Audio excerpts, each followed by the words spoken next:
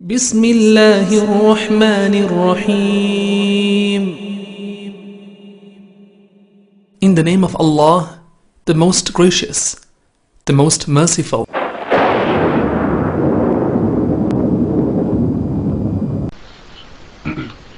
أعوذ بالله من الشيطان الرجيم.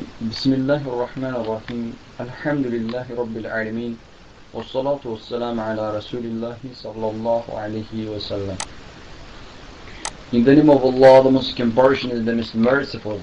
All praise is due to Allah. We bear witness that no one is worthy of worship but Allah, and we bear witness that indeed Muhammad sallallahu alaihi wasallam is the final messenger. The best of speech is the book of Allah, and the best of guidance is the guidance of Muhammad sallallahu alaihi wasallam.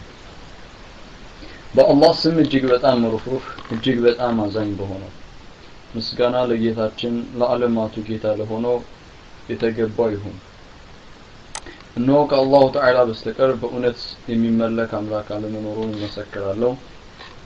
ነቢዩ ሙሐመድ አለይሂ ሰላቱ ወሰላም የአላህ ባሪያና መልእክተኛ መሆናቸውንም እንዲሁ። መልካም ንግግር ቅዱስና ንጹህ የጌታችን ቃል ቅዱስ ቁርአን ነው። መልካም ምሪት የተወዳጁ ነቢያችን አለይሂ ሰላቱ ወሰላም መንገድ ነው። The characteristics of Islam. የኢስላም ባህሪያት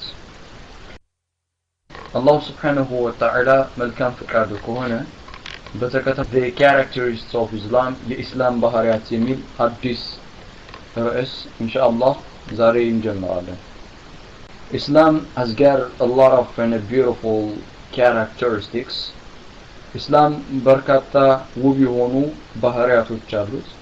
በተለይ ዲናችን ከሌሎች አስተሳሰቦችና አመለካከቶች ብሎም ከሌሎች ሃይማኖት ባህሪያቶች ልታገኟቸው በፍጹም አትችሉም። ትክክለኛ እሳቦት ትክክለኛ ባህሪ የአንድ የትክክለኛና የመለኮታዊ ሃይማኖት ባህሪያቶችን ሁሉ እስላም አጠቃሎ ይዟል። እነዚህን የኢስላም ባህሪያቶች ማወቅ አንደኛ ዋናው ዓላማው ሁላችንም የኢስላምን ባህሪ በስብዕናችን ላይ ለማንጸባረቅ ነው። What you believe in does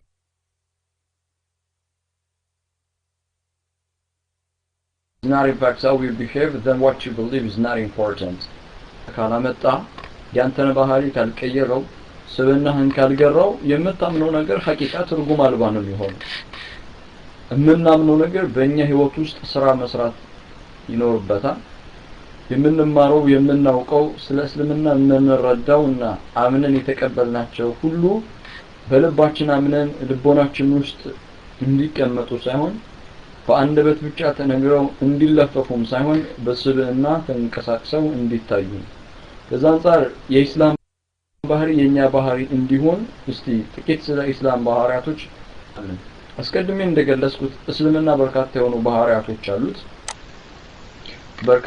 ባህሪያቶች አሉት። ከነሱ መካከል ዛሬ ኢንሻአላህ በአላህ ፍቃድ የምንመለከተው the one of the characteristics of Islam is ከኢስላም ባህሪያቶች መካከል አንዱ our deen is the deen of divine religion. ሃይማኖታችን መለኮታዊ ሃይማኖት ነው። ኢንሻአላህ ዛሬ የምናየው የዲናችንን መለኮታዊ ነው። ከኢስላም ባህሪያቶች መካከል አንዱ ይህ ዲን መለኮታዊ ሃይማኖት መሆኑ ነው። ዲናችን መለኮታዊ ነው ስንል ምን ማለታችን ነው? ሃይማኖታችንስ መለኮታዊ ለመሆኑ ምን ማረጋገጫዎች አሉን የሚለውን ኢንሻአላህ በሰፊው ዛሬ ይህንን እንመለከታለን። ስለዚህ የመጀመሪያው የኢስላም ልዩ ባህሪያት መካከል አንዱ ዲናችን መለኮታዊ መሆኑ ነው ወይም አረባንያ መሆኑ ነው። አረባንያ ወይም divine religion መለኮታዊ ሃይማኖት ነው። ኢስላም መለኮታዊ ነው ስንል የኢስላም ምንጩ መነሻውና መድረሻው ሁሉ ከጌታችን ከአምላካችን ከአላሁ ሱብሓነሁ ወተዓላ ዘንድ ነው ማለት ነው። የኢስላም ህግጋቶች በመሰረቱ በሁለት መለኮታዊ መልኩ ልንመለከታቸው እንችላለን። የኢስላም ህግጋቶች በሁለት በኩል መለኮታዊ ሆነው ነው የምናገኛቸው። የመጀመሪያው የኢስላም ምንጩና መመሪያው ራሱ መለኮታዊ መሆኑ ዲናችን መለኮታዊ መሆኑ ከሌሎች አመለካከቶች ከሌሎች ሃይማኖቶች ልዩ ያደርገዋል። የሌሎች አስተሳሰቦች ሰዋዊ ምድራዊ አስተሳሰቦች ናቸው። በግለሰብ አሊያም በግሩፕ አሊያም በቤተሰብ የተመሰረቱ ምልከታዎች ናቸው። ኢስላም ግን ምንጩም መመሪያውም መለኮታዊ መሆኑ ዲናችን ከሌሎች ሃይማኖቶችም ሆነ አስተሳሰቦች ለየት በማለት መለኮታዊ ብቸኛ መለኮታዊ ሃይማኖት ወይም የህይወት መንገድ ነው እንላለን። ስለዚህ ኢስላም ወደሚፈለገው ዓላማ ለመድረስ ያስቀመጣቸው አቅጣጫ ጥርት ያለ መለኮታዊ መንገድ ነው። ጥርት ያለ መለኮታዊ መንገድ ነው። ይህ ለምን ሆነ ከተባለ ምክንያቱም የኢስላም ምንጩና መነሻው ከጌታ ከአላህ Subhanahu Wa Ta'ala ወደ መጨረሻው ነብይ ወደ ነብዩ አለይሂ ሰላቱ ወሰለም የተላለፈ መልእክት ስለሆነ ይህ ደግሞ ኢስላማዊ የህይወት መመሪያ ማለትም በግለሰብ ቅድም እንደገለጽኩት አሊያም በቤተሰብ አሊያም በቡድን አሊያም ደግሞ በህዝብ ፍላጎትና ስብሰባ በማድረግ ይመረጥ ተብሎ የተመረጠ ዲንም አይደለም። ይልቁንስ አላህ Subhanahu Wa Ta'ala ራሱ ለሰው ልጆች ይህንን ዲን መመሪያና ብርሃን እዝነትና ርህራሄ እንዲሁም ስለፈለገ ብቻና ብቻ ነው። ለዚህ ደግሞ ቅዱስ ቁርአናዊ ማረጋገጫም ማቅረብ እንችላለን። ቅዱስ ቁርአናዊ ማስረጃ እንሆ ጌታችን አላህ በሱረቱ ኒሳ ምዕራፍ 4 ቁጥር 174 ላይ ይሄ ዲን መመሪያና ብርሃን ለሰው ልጆች እዝነትና ርህራሄ መሆን ስለተገባው ወደ ሰው ልጆች የመጣ መለኮታዊ ሃይማኖት መሆኑን ይናገራል። ጌታችን አላህ በሱረቱ ኒሳ ምዕራፍ 4 ቁጥር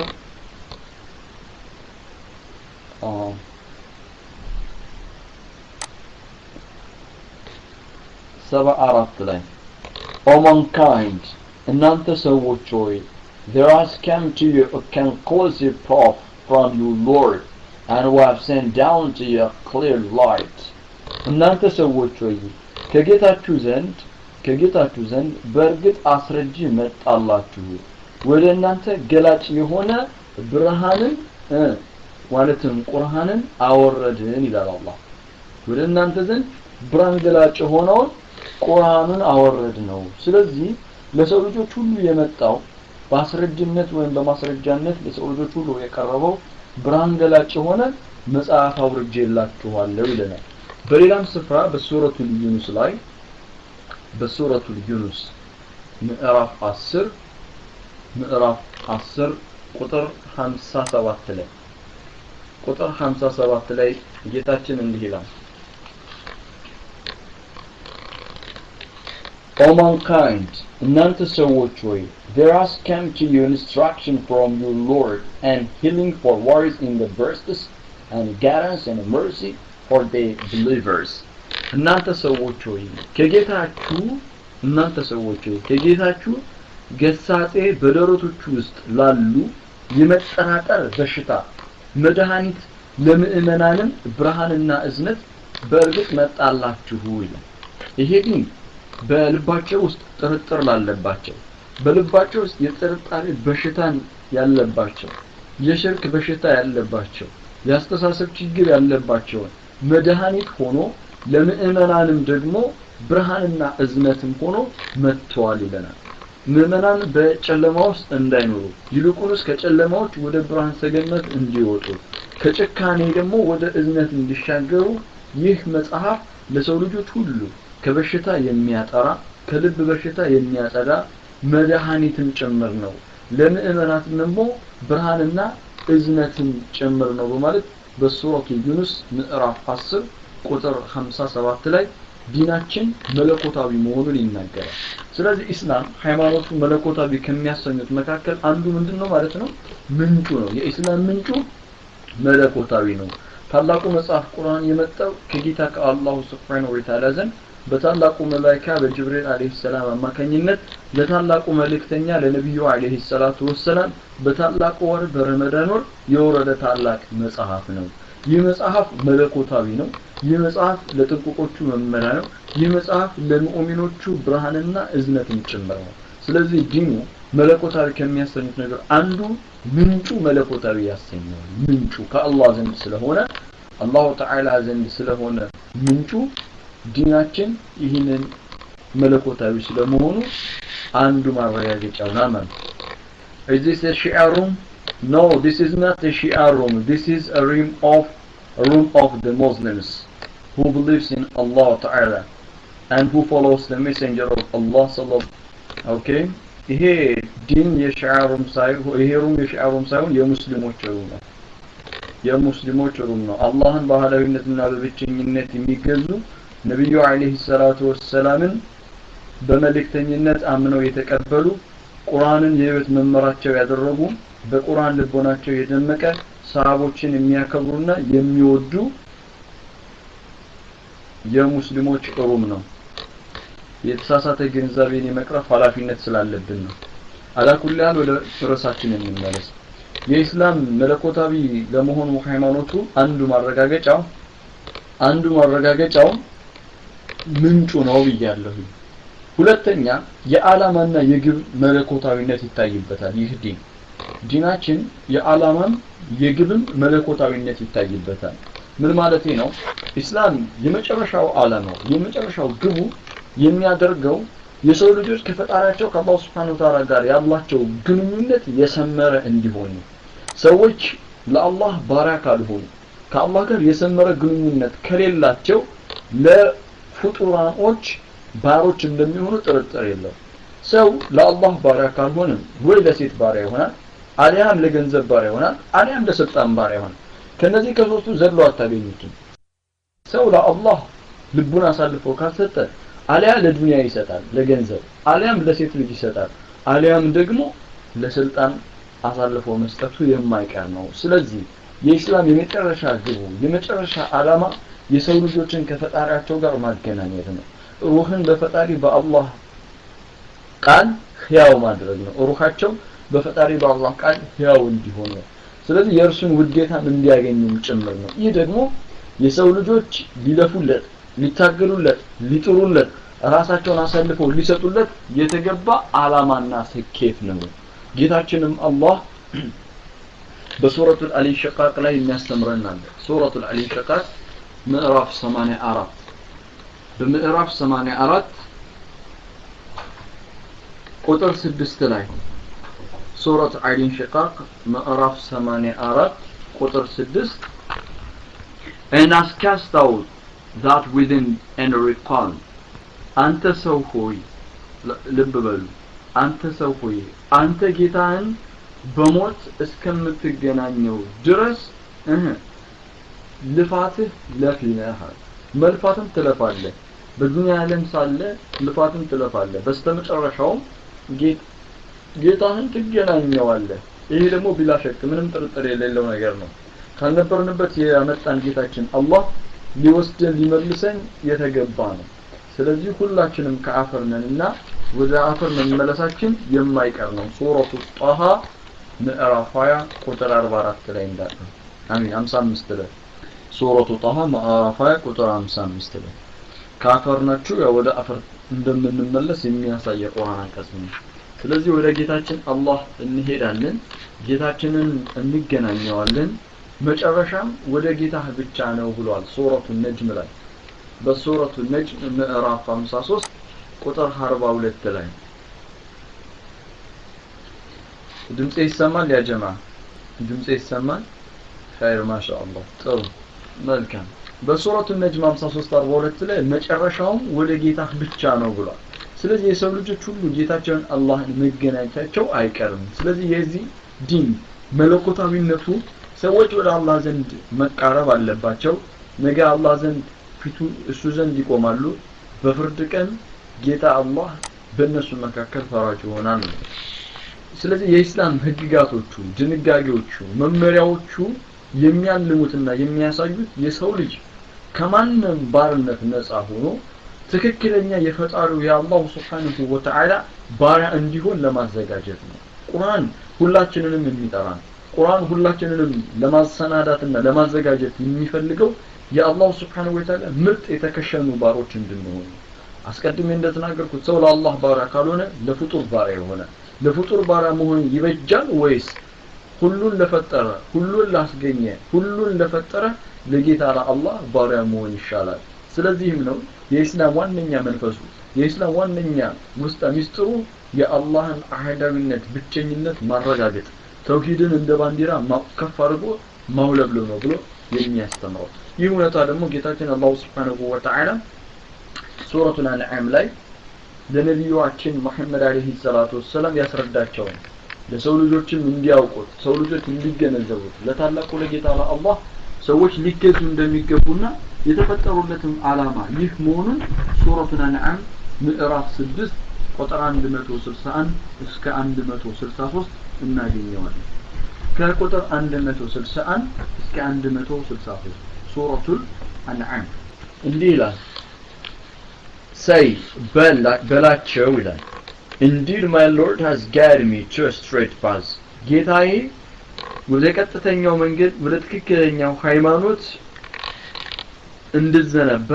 እንድዘነበል አዞኛል and a correct religion the way of Ibrahim inclined toward truth and he was not among those who associate others with Allah ጌታዬ ወደ ቀጥተኛው መንገድ ወደ ትክክለኛው ሃይማኖት ወደ እውነትም አዘንባይ ሲሆን የአብርሃምን መንገድ መራኝ እርሱም ከአጋሮች አልነበረም ኢብራሂም አለይሂ ሰላም ከሙሽሪኮች አልነበረም አሁንም ቁጥር 160 ቁል በለበላቸው indeed my prayer my righteous of sacrifice my living my dying are for Allah Lord of the worlds በል ስግደቴም መገዛቴም ህይወቴም ሞቴም ለዓለማት ጌታ ለአላሁ Subhanahu Wa Ta'ala ነው በል no partner as he ለእርሱም አጋሪ ተጋሪ የለውም and I am commanded to be the first of the Muslims እኔም የሙስሊሞች መጀመሪያ ነኝ በል ይላል አሁን ነብዩ አለይሂ ሰላቱ ወሰለም የሙስሊሞች መጀመሪያ መሆናቸውን እንዲገልጹ እንዲሁም የጠራውንና ትክክለኛ የሆነውን የኢብራሂም አለይሂ ሰላምን መንገድ ጌታቸው እንደመራቸው እንዲሁም ኢብራሂም አለይሂ ሰላም ደግሞ ከአጋሮች ጣዖት አምላኪዎች እንዳልሆነ የጸዳውን የጠራውን እንደረፋይ ፀሐይ ግልጽ የሆነውን የኢስላምን መለኮታዊ ሃይማኖት እንዲከተል የታዘዙ መሆናቸውን ስለዚህ የነብዩ አለይሂ ሰላቱ ወሰለም ደግሞ ስግደታቸውም ሆነ መገዛታቸው ህይወታቸውም ሆነ ሞታቸው ለዓለማቱ ጌታ ለአንድ አላህ መሆን እንደሚገባውና በዚህም በማጥራት ታዘዣለሁ እኔም የሙስሊሞች መጀመሪያ ነኝ ይሄንን አምነው የተቀበሉ አላህን በቅድሚያ ከኡመት የተገዙ የመጀመሪያው ሙስሊም ነኝ በላቸው አላህ ተዓላ ስለዚህ ዲናችን ረባንያ ነው መለኮታዊ ነው እያልካለሁትኝ ከዚህ አንፃር ነው ስለዚህ እርግጥ ነው በእስላም ውስጥ የተለያዩ ድንጋጌዎች የተለያዩ የማህበራዊ ግንኙነት ስርዓቶች ተቀምጠዋል ነገር ግን የነዚህ ድንጋጌዎች ዋናው ግቡ ዋናው ዓላማ የሰዎችን ህይወት ስርዓት በማስያዝና የቅርቢቱን ዓለም ጸጋዎችን ለመቀራነት ከሚያደርጉት ያለ አግባብ ግብግብ ያለ አግባብ ውጣውረድ ነፃ ወጥተው ወደ ተከበረው ታላቁ ዓላማ አላህ Subhanahu Wa Ta'ala ወደ መታዘዝ አላህን ወደ መገዛት ዲንን ወደ ማፍቀር ነብዩ አለይሂ ሰላቱ ወሰላምን ወደ መከተል ለዲን መኖር ለዲን መልፋት ለዲን መጣር ለዲን መሞትን አስተምሯል ነው ስለዚህ በእስላም ትግልና በእስላም ነፍስያን ታግሎ ነፍስያን አሸንፎ ዋናው ዓላማ ዓለማዊ ጥቅምን የበላይነት ማድረግ ሳይሆን ዲናዊ ጥቅምን የበላይነት ማድረግ ነው ከዚህ አንፃር ዲናችን ረባንያ ነው መለኮታዊ ነው ጌታችንም አላህ የሰው ልጆችን ያዘዘው ይሄ የፈጠረበትን ዓላማም ገልጸዋል በሱረቱ ዛሪያት ላይ ምዕራፍ 51 ሱረቱ ዛሪያት ምዕራፍ 51 ከቁጥር 56 እስከ 58 I did not create the jinn and mankind except to worship me. I don't want you from them. Indeed it is Allah who is the provider, the firm possessor of strings. ጋኔንንም ሰውንም ሊገዙኝ እንጂ ለሌላ አልፈጠርኳቸውም ከእነርሱ ምንንም ሲሳይ አልፈልግም ሊመግቡኝም አልሻም አላህ እርሱ ሲሳይን ሰጪ የብርቱ ኃይል ባለቤት ነው ይላል ልብ በሉ አላህ ብሎ ማለት ማን ነው እርሱ አላህ ብሎ ማለት ከማንም ምንንም ሲሳይ የማይፈልግ ነው ሰዎች ሊመግቡትም የማይሻ ነው ግን አላህ ተዓላ እርሱ ሲሳይን ሰጪ የብርቱ ኃይል ባለቤት አጋንንቱም ሆኑ ሰዎች ለሱ ሊያደገድጉ እሱን ሊገዙ አምላክን ሊያወድሱ ጌታን አላሁ ተዓላ ሊቀድሱ ይገባል ዲኑ ረባንያ ነው የምንለው ከዚህ አንፃር ነው ጌታችንን በሱረቱል ሂጅር ምዕራፍ 15 ቁጥር 9 ላይ ይህ ዲን ረባንያ ሆኖ ነው የሚቆየው ይህ ዲን መለኮታዊ ሆኖ ነው የሚቆየው እስከ ትንሣኤ ቀን ድረስ ዲኑ ረባንያ ነው መለኮታዊነቱን እንደጠበቀ ነው የሚቆየው ምክንያቱም ጌታችን በሱረቱል ሂጅር ምዕራፍ 15 ቁጥር 9 ላይ እንዲህ ብሎ ነግሮናልና indeed we have sent the glorious Quran and we are going to guard it from its corruption እኛው ቁርአንን አወረድነው እኛው ለርሱ ጠባቂዎቹ ነን ይላል አላህ እኛው ለርሱ ጠባቂዎቹ ነን ስለዚህ ዲናችን ከሌሎች ሃይማኖቶች ከሌሎች ምልከታዎችና ከሌሎች አስተሳሰቦች ወይም አይዲዮሎጂዎች ፍጹም የተለየ ነው ፍጹም የተለየ ነው የዚህ ደግሞ የተለየ የሚያደርገው አንደኛ የኢስላም ምንጩ ነው ብያለሁ ምንጩ ቅዱስ ቁርአን ነው ምንጩ ጌታችን አላህ ነው ሁለተኛው ደግሞ ግቡና ዓላማው መለኮታዊ ስለሆነ ግቡና ዓላማው መለኮታዊ ነው ሁለት አንደኛ ምንጩ ከአላህ ዘንድ ስለሆነ ኢስላም መለኮታዊ ሃይማኖት ያሰኘዋል ሁለተኛ ግቡና ዓላማው መለኮታዊ ስለሆነ ዲናችን መለኮታዊ ሃይማኖት ያሰኘዋል ሶስተኛ ዲናችን የመልእክተኞችና የነቢያቶች ሁሉ ሃይማኖት ስለነበረ ነው የመልእክተኞችና የነቢያቶች ሁሉ ሃይማኖት ዲነል ኢስላም ነበር ይሄ የሚያሳየን እንግዲህ ሁሉም የአላህ ነቢያቶች ሁሉም የአላህ መልእክተኞች በዚህ መስመር አልፈዋል በዲነል ኢስላም በር ገብተዋል የዲነል ኢስላምን ቤት በሚያምር ሁኔታ ገልጸውና አስተምረው አልፈዋል ስለዚህም ከአደም አለይሂ ሰላም ጀምሮ የአላህ መልእክተኞች መቋጫ እስከሆኑ እስከ ነብዩ አለይሂ ሰላቱ ወሰለም ድረስ ኢስላም የመልእክተኞችን የነቢያቶች ሁሉ ዲን ወይም ሃይማኖት ሆኖ ቆይቷል አላሁ ሱብሓነሁ ወተዓላ ለናሙና ያህል የአንዳንድ ነቢያቶችና መልእክተኞች ስማቸውን እያወሳ ሙስሊም እንደነበሩ የዲን አልኢስላም መለኮታዊ ሃይማኖት የኢስላም ሰራተኞች እንደነበሩ ያመላክተናል ለምሳሌ በቁርአን ውስጥ ስለ ኖህ ሲነግረን ኖህ አለይሂ ሰላም 950 አመት ሙሉ ዳዕዋ አድርገዋል ወደ አላህ ተጣርተዋል ወደ ዲን አልኢስላም ወደ መለኮታዊ ሃይማኖት ኑ ብለው ጥሪ አቅርበዋል አላህን በብቸኝነት እንዲታዘዙና እንዲገዙ ጣዖታትን እርግፍ አድርገው እንዲተዉ ጥሪ አቅርበዋል ጌታችንም አላህ በሱረቱል ዩኑስ ምዕራፍ 10 ቁጥር 72 ላይ በሱረቱል ዩኑስ ምዕራፍ 10 ቁጥር 72 ላይ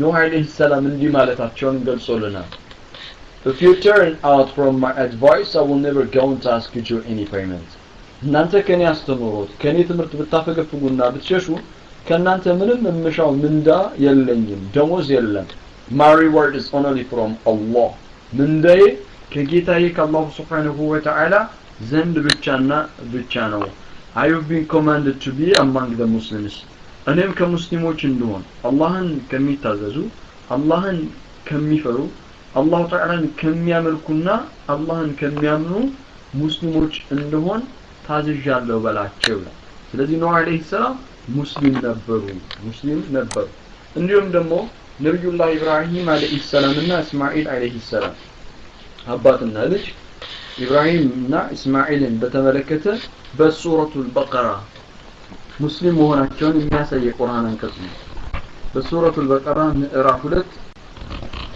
ቁጥር 128 ላይ በቁጥር 128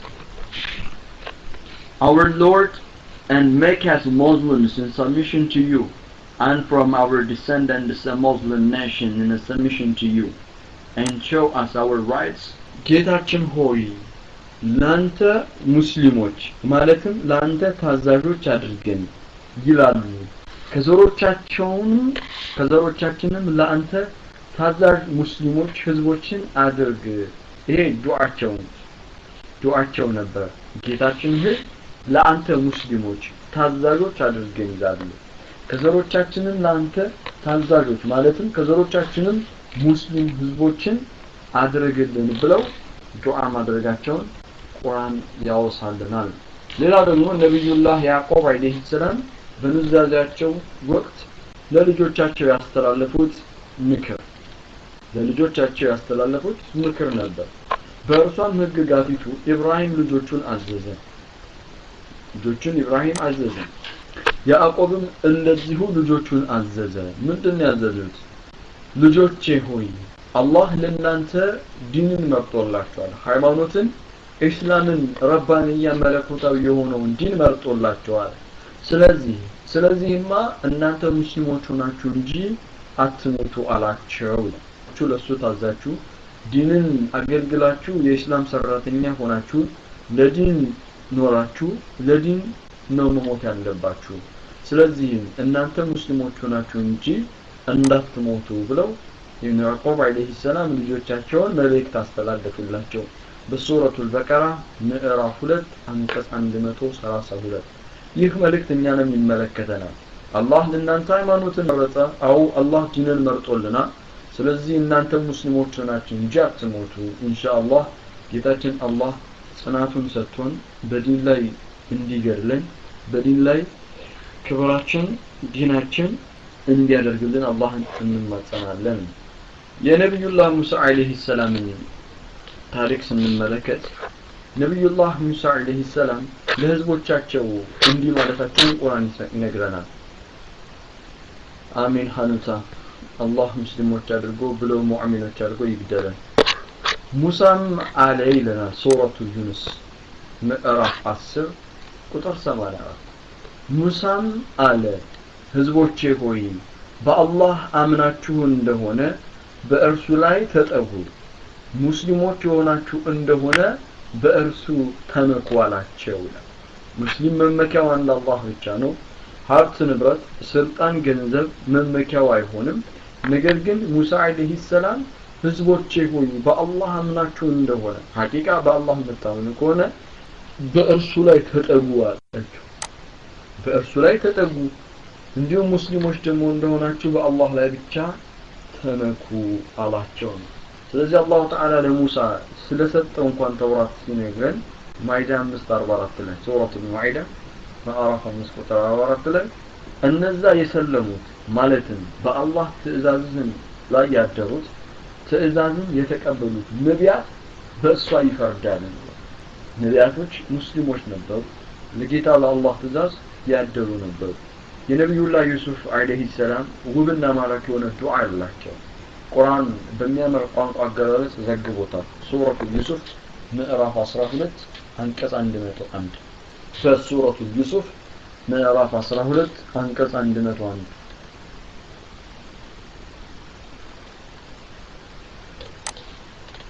Oh my Lord, ጌታዬ ሆይ You have given me a kind of sovereignty and taught me the interaction of dreams. ጌታዬ ሆይ አንተ ትልቅ የሆነ ልቅናና ክብርን ለግሰኸኛል። You taught me the interaction of dreams. የህልምንም መፍታት ጥበብን አስተምረኸኛል። The creator of the heavens and the earth. አንተ የሰማያትና የምድር ፈጣሪ ሆይ You are only my protector in this world and in hereafter. በምድር ዓለም ዱንያ ስኖር በቀጣዩም ዓለም በአኺራ ረዳቴ ተንከባካቤና ዋቤ አንተ ብቻና ብቻ ነህ። Cause me to die a Muslim. ሙስሊም አድርገህ ግደለኝ። Join me with the righteous men. ከመልካም ከደጋግ ሷሊህ ባሮችም ጋር ቀላቀለኝ ብለው ነብዩላህ ዩሱፍ አለይሂ ሰላም ዱዓ አደረጉ። ነብዩላህ ዩሱፍ አለይሂ ሰላም ዱዓ አደረጉ። በዚህ የቁርአን አንቀጽ ውስጥ ሱረቱ ዩሱፍ 12:101 ላይ Cause me to die a Muslim. ሙስሊም አድርገህ ግደለኝ ማለታቸው ኢስላም ረባንያ ዲን ስለሆነ መለኮታዊ ዲን ስለሆነ ምንጩ መለኮታዊ ከአላህ ዘንድ የመጣ የህይወት መንገድ ስለሆነ ነብዩላህ ዩሱፍ አለይሂ ሰላም በዚህ ማራኪ በሆነው የኢስላም ህይወት ውስጥ ህይወታቸው እንዲያልፍ ጌታቸውን ተማጽነዋል። እኛንም አላህ ሙስሊሞች አድርጎ ይግደለን። ሌላው የፊርዖን ደጋሚዎችን ወይም መተተኞችን ስንመለከት የፊርዖን ድግምተኞች ወይም መተተኞች ሙሳ አለይሂ ሰላም ባሳያቸው ድንቅ ታምራት ልባቸው ተስቧል። በሙሳ አለይሂ ሰላም መልእክተኝነት ልባቸው አምኗል። የአላህን አህዳዊነትና ብቸኝነት አረጋግጠዋል።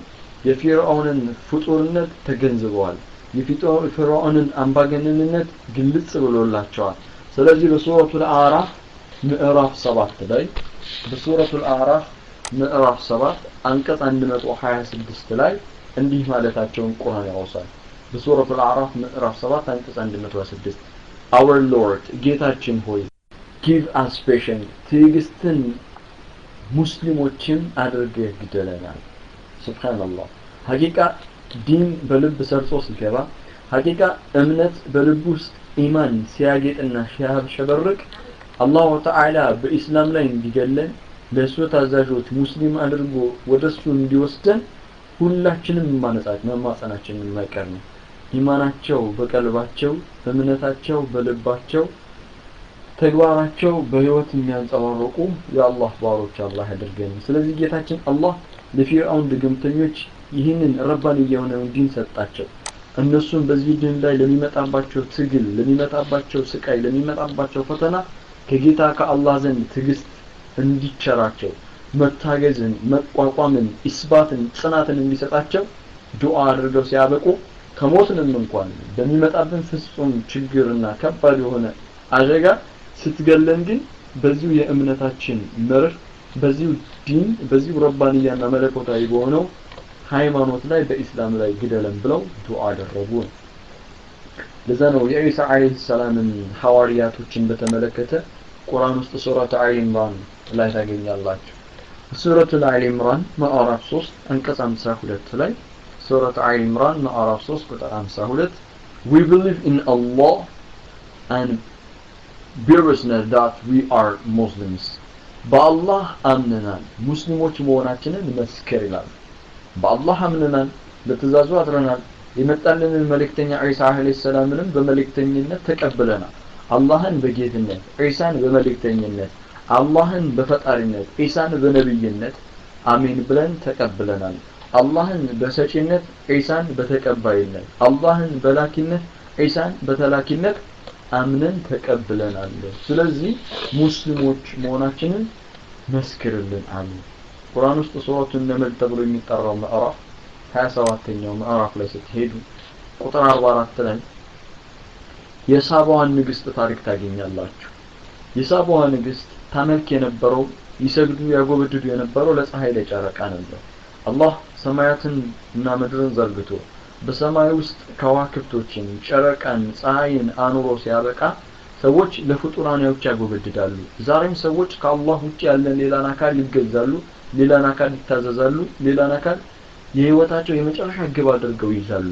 ሐቂቃ እነዚህ ሰዎች ተሳስተዋል ከሳባዋ ንግስት ሊማሩ ይገባቸዋል ይህንን ትምህርት እንድንወስድ ጌታችን አላህ ታሪኩንም ውብ አድርጎ ዘግቦታል ሱረቱ ነምል ምዕራፍ 27 ቁጥር 44 ላይ እንዲህ ይለናል ከሱሌማን ጋር ለዓለማት ጌታ ለሆነው ለአላህ ሰልም ያለው ለአላህ እጅን ሰጥቻለሁ ለጌታ ትእዛዝ አደረያለሁ አለች የሳባዋ ንግስት ከሱሌማን ጋር ሱሌማን አለይሂ ሰላም ጋር ለዓለማት ጌታ ለሆነው ለፀሐይ ለጨረቃ ማጎብደድ አይገባም አላህ የዓለማቱ ሁሉ ጌታ ነው የዓለማቱ ሁሉ ንጉስ ነው የዓለማቱ ሁሉ ፈጣሪና አስገኝ ነው ከኢምንት ፈጣሪው ነው ስለዚህ ለዚህ ጌታ እጅ መሰጠት ስላለበት ለዚህ ጌታ ጸጥ ለጥ ብሎ መታዘዝና መገዛት ስለሚገባ ለአላህ መስለማን እጅ መስጠቷን ቁርአን ያወሳልናል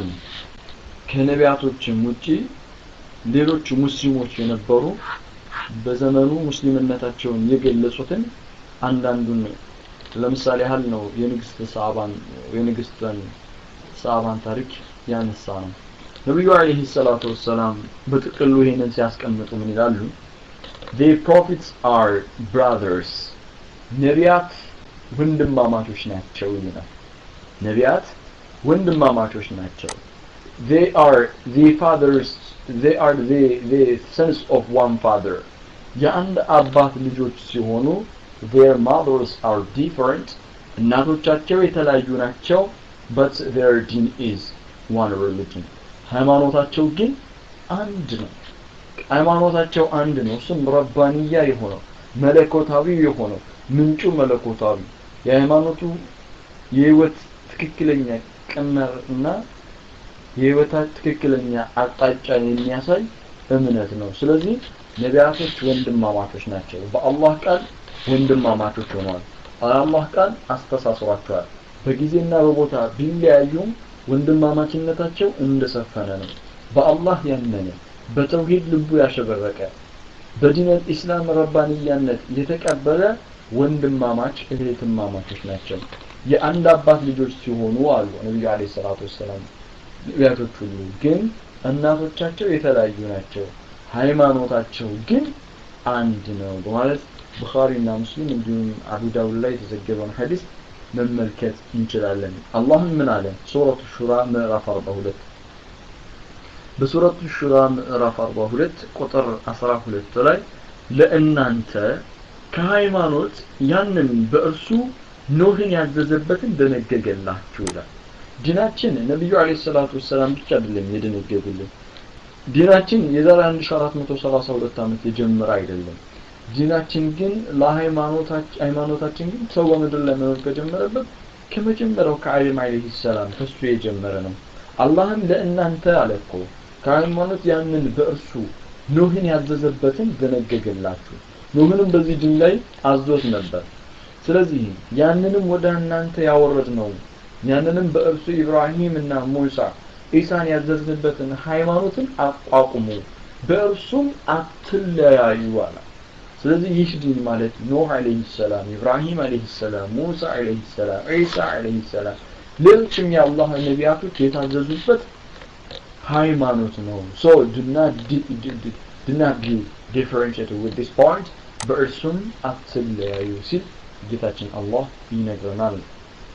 ይነግረናል ስለዚህ ዲናችን ረባንያ ለመሆኑ አንደኛ ምንጩ ረባንያ ነው ምንጩ መለኮታዊ ነው ከአላህ ዘንድ ስለሆነ ዲናችን ሁለተኛ ግቡና ዓላማው መለኮታዊ ነው የኢስላም ግቡ ዓላማው መለኮታዊ ያሰኘዋል መለኮታዊ ያደርገዋል ሶስተኛ ዲን የነቢያቶች የመልእክተኞች ሃይማኖት መሆኑና ሁሉም የአላህ ነቢያቶችና መልእክተኞች ዲንን መስበካቸው ዲንን ማስተማራቸው የሚያሳየው ኢስላም መለኮታዊ ሃይማኖት መሆኑን ነው ለዚህ ደግሞ ሶስት የቁርአን ወይ አራት የቁርአን አንቀጾችን እናንሳ ለምሳሌ ጌታችን አላህ በሱረቱ ዩኑስ ምዕራፍ 10 ቁጥር 72 ላይ ምን ይላል በሱረቱ ዩኑስ ምዕራፍ 10 ቁጥር 72 ላይ በቁጥር 7 ቁጥር 57 ላይ ቁጥር 57 ላይ ምን ይላል ቁጥር 47 አፍዋን ቁጥር 47 ዩኑስ 10 47 ቁጥር 47 ላይ for every nation there is a messenger ለሁሉም ህዝቦች መልእክተኛ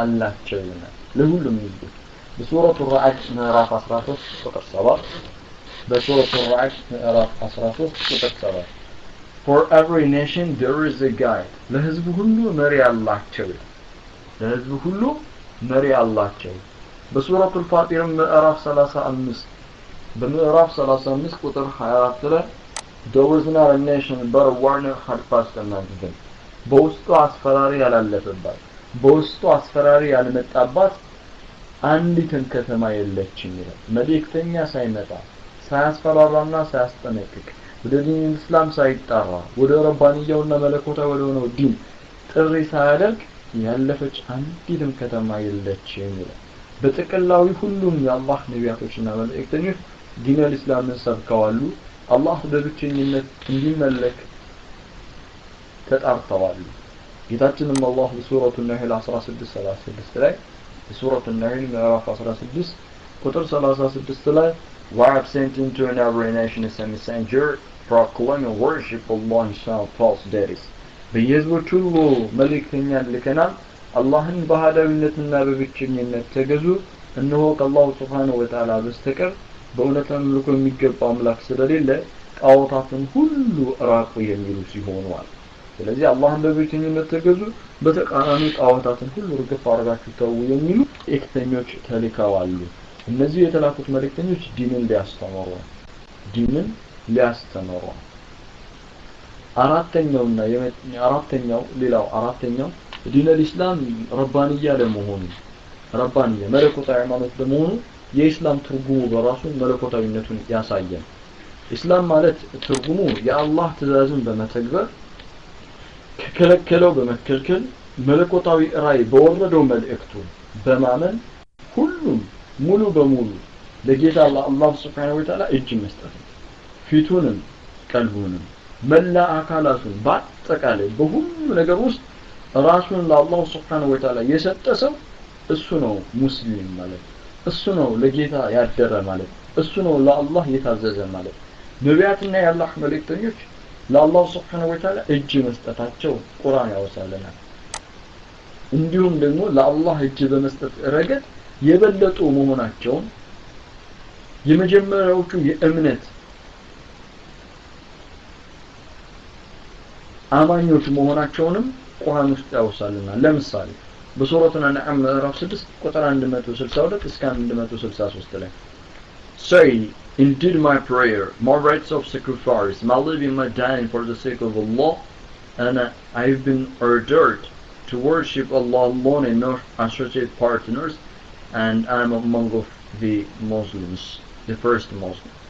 But, سجدتين, مسوعتين, هيوتين, موتين, لعلمات كتا لا الله نوبل. አጋር የለውም በዚህም ታዝዣለሁ እኔ የመጀመሪያው ሙስሊም ነኝ ነብዩ አለይሂ ሰላቱ ወሰለም እኔ የመጀመሪያው ሙስሊም ነኝ እንዲሉ ይሄን ትእዛዝ ጌታ አላህ አዟቸዋል የመጀመሪያው ሙስሊም ነኝ እንዲሉ መጀመሪያነት እዚህ ቦታ ላይ ከጊዜ አንፃር ነው ካለው ከኡማ አንፃር ሌሎች በሸቃዘት ውስጥ አሉ የጌታ ቃል መጀመሪያ ይመጣላቸው የጌታ መመለኮታዊ መመሪያ ይመጣላቸው ነብዩ አለይሂ ሰላቱ ወሰለም እንደመሆናቸው መጠን የመጀመሪያው አማኝ እንደሆን ታዝዣለሁ በላቸው ታዝዣለሁ በላቸው ነው ምንድነው ሙሳ አለይሂ ሰላምን በተመለከተ ቁርአን የመጀመሪያው አማኝ የመጀመሪያው ሙስሊም መሆናቸው አላህ በአይን እንደማይታይ የመጀመሪያው አማኝ መሆናቸው ከጉለት ሁሉ የጠራህ ነው ቁርአን ያወሳልናል ስለዚህ እስላም ማለት እጅን ለአላህ መስጠት ነው በፍርድ ውስጥም ፈራጁ አላህ ነው አላህና መልእክተኛው ከፈረዱ ወደ ኋላ ማፈግፈግ የለም ጀርባ ሰጥቶ መሄድ የለም መልእክተኛውና አላህ Subhanahu Wa Ta'ala ከፈረዱ አሜን ብሎ የተቀበለ ልቦና ሐቂቃ ታዛዥ ልቦና ሐቂቃ የሰለመ ልቦና ሐቂቃም ለአላህ ያደረ ልቦና ነው ጌታችን አላህም እንዲህ ይላል ሱረቱ ኒሳ ላይ በሱረቱ ኒሳ ምዕራፍ 4 ቁጥር 65 ሱረቱ ኒሳ ምዕራፍ 4 ቁጥር 65 ላይ በጌታ እምላለሁ በመካከላቸው በተከራከሩበት ፍርድ እስከሚያስፈርዱ ከዛም ከፈረድከው ነገር በነፍሶቻቸው ውስጥ ቅሬታን እስከማያገኙና ፍጹም መታዘዝንም እስከሚታዘዙ ድረስ አያምኑም ማለት በጌታ እምላለሁ በመካከላቸው በተከራከሩበት ፍርድ እስከሚያስፈርዱ ከዛም ከፈረድከው ነገር በነፍሶቻቸው ውስጥ ቅሬታን እስከማያገኙና ፍጹም መታዘዝንም እስከሚታዘዙ ድረስ አያምኑም ማለት የአላህ ህግጋቶች የሚታወቁት በትክክለኛው መለኮታዊ ራእይ በትክክለኛው መለኮታዊ መልእክት ብቻና ብቻ ነው ይህንንም ደግሞ ታማኙና እውነተኛው የሆነው የአላህ Subhanahu Wa Ta'ala መልእክተኛ አለይሂ ሰላቱ ወሰለም አድርሰዋል ስለሆነም የሰው ልጅ የአላህ ፍጡር እስከሆነ ድረስ ለአላህ Subhanahu Wa Ta'ala መመሪያዎች እጅ መስጠቱ የግድ ነው ምክንያቱም አላህ ሁሉንም ነገር በተገቢ መልኩ ያደላደለ ጥበበኛና ዕውቀቱም ሁሉን ነገር የሚያካብብ የሆነ ጌታ በመሆኑ ነው የሰው ልጅ የሚፈጽመው የአምልኮ ተግባራት ዋናው ጽንሰ ሐሳብ ለጌታ ለአላህ Subhanahu Wa Ta'ala እጅን መስጠት ነው ይሄ ደግሞ የህይወት መርህም ትርጉሟም የሰው ልጅ ለአላህ መታዘዙ ነው ህይወት ጥፍጥና ይኖራል ህይወት ጣዕም የሚኖራት እጅን ለጌታ ለአላህ በመስጠት ብቻና ብቻ ነው አላህ ስለዚህችን ህይወትም ሆነ ስለቀጣዩ ዓለም ጠንቅቆ የሚያውቅ ሁሉን አዋቂ ጥበበኛ የሆነ ጌታ በመሆኑ ነው ስለዚህ ዲናችን ረባንያ ነው መለኮታዊ ነው ሰው ሰራሽ አይደለም ሰዎች ተሰባስበው ግሩፕ ፈጥረው የመሰረቱትን አስተሳሰብ ወይም አይዲዮሎጂ አይደለም አስተሳሰቡ ምድራዊ አይደለም ዘመን ተሻጋሪም ነው አስተሳሰቡ በዚህ ዓለም ላይ የሚቀር ብቻ ሳይሆን ወደ ቀጣዩ ዓለም የሰው ልጆችን የሚያሸጋግር ነው በምድር ላይ ሰዎች ሲኖሩ ከባርነት ከፍጡር ባርነት አላህን ወደ ማምለክ ነፃነት የሚያመጣ ነው በነገራችን ላይ ሰዎች ለአላህ ባሪያ ሆነዋል ማለት በሌላ አባባል ከፍጡራኖች ሁሉ ነፃ ሆነዋል ማለት ነው መቼም ሰው ለአላህ ባሪያ ካልሆነ ለሌላ ለሚገዛው ነገር ባሪያ መሆኑ የማይቀር ነው። ኢባዳ የሚባለው አምልኮ የሚባለው ለአላህ እጅ መስጠት የሚባለው ደግሞ ቋንቋው ራሱ ስትመለከቱት ነፃነትን ነው። ለአላህ ባሪያ መሆን ማለት ነፃነትን መጎናጸፍ ማለት ነው በሌላ አባባል። ምክንያቱም ለሌሎች ነገሮች ምን አንገዛም፣ ለሌሎች እጅ አንሰጥም፣ ልቦናችንን ለሌላ አንከፍትም። ከዛ አንፃር ነፃነት አገኘን ማለት ነው። ለአላህ ብቻ ነው የምንታዘዘው፣ እሱም ለፈጠረን። ስለዚህ ዲናችን ረባንያ ነው፣ መለኮታዊ ነው። ከኢስላም ባህሪያቶች መካከል አንዱ ነው ዛሬ የተመለከትነው፣ እርሱም ዲናችን ረባንያ ነው የሚለው። ሌሎችም ባህሪያቶች አሉት። ጊዜውን እየጠበቀ ኢንሻአላህ አንድ ባንድ ለማየት እንሞክራለን። ዛሬ ዲናችን መለኮታዊነት ያለው ባህሪ መሆኑን ተረድተናል። ይህ ከሌሎች ሃይማኖቶች ከሌሎች አስተሳሰቦች ይለየዋል። አስተሳሰቡ እስላም ሰዋዊ አይደለም፣ አምላካዊ ነው። አስተሳሰቡ ምድራዊ አይደለም፣ ሰማያዊ መለኮታዊ ነው። ይሄንን ካልን ዘንዳ ኢንሻአላህ ለዛሬ ይበቃናል። ቀጣዩን የኢስላም ሁለተኛ ልዩ ባህሪን በሚቀጥለው ፕሮግራም ኢንሻአላህ ይዤላችሁ በጌታ ፍቃድ ይቀርባለሁ። ለዛሬው ጌታችን አላህ ሁላችንም በተማርነው የምንሰራበት በተማርነው የምንጠቀመው እኔም በተናገርኩበት አንደበት እናንተም በሰማችሁበት ልብና ጆሮ ጌታችን አላህ መልካምን ምንዳ ይለግሰን። የመልካም ስራችንን ምንዳ እጥፍ ድርብ ያድርግልን። ጌታችን ሁላችንንም ከማሲያ ይጠብቀን፣ ከበላ ያድነን። ጌታችን አላህ Subhanahu Wa Ta'ala ያዘጋጃትን አይን አይታ የማታውቀው ጆሮ ሰምታ የማታውቀው ልብን ይሄ ነው ብላ አስባና ጠርጥራ የማታውቀውን ጀነቱል ፊርደውስን በእዝነትና በረህመቱ ሁላችንንም ይሰብስበን እላለሁ። ወአኺሩ ደዋና አልሐምዱሊላሂ ረቢል ዓለሚን ወሰላሙ ዐለይኩም ወራህመቱላሂ ወተዓላ ወበረካቱሁ።